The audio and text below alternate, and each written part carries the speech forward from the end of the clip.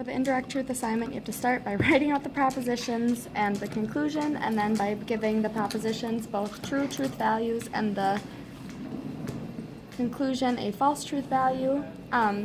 If there are no contradictions in this, then it proves that the argument is invalid. So to start this, you have to start with the conclusion.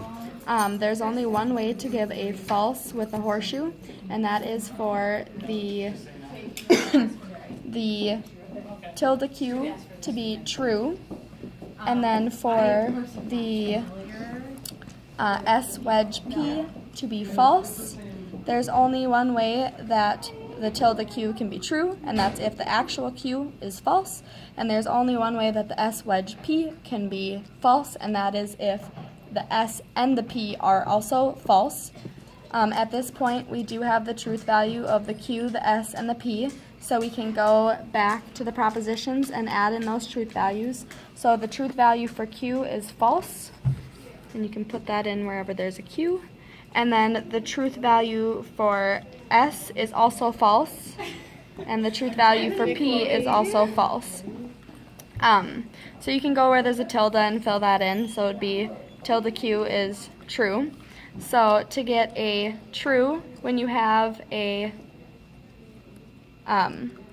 true on this side, the s needs to be a false, because true false is the only thing that gives you a true with the wedge in the way that this is set up. And then for this side, the wedge gives you a false, because false, wedge, false gives you false. And then so since you need a true, you need to find out how you can make a false over here and whatever's over here make this true. So there actually happens to be two ways. So the first way we'll start with r being true, which will give you a false over here from the tilde. So false dot false gives you a true, which makes this invalid because there are no contradictions. And then if you do it the other way, where you have it being true, false,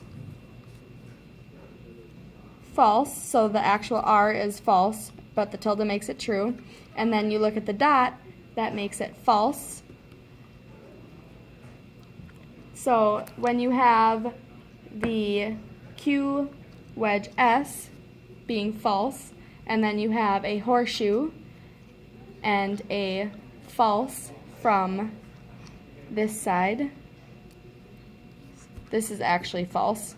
So false dot false is false, and true dot false is also false, which proves that the entire indirect truth table is invalid.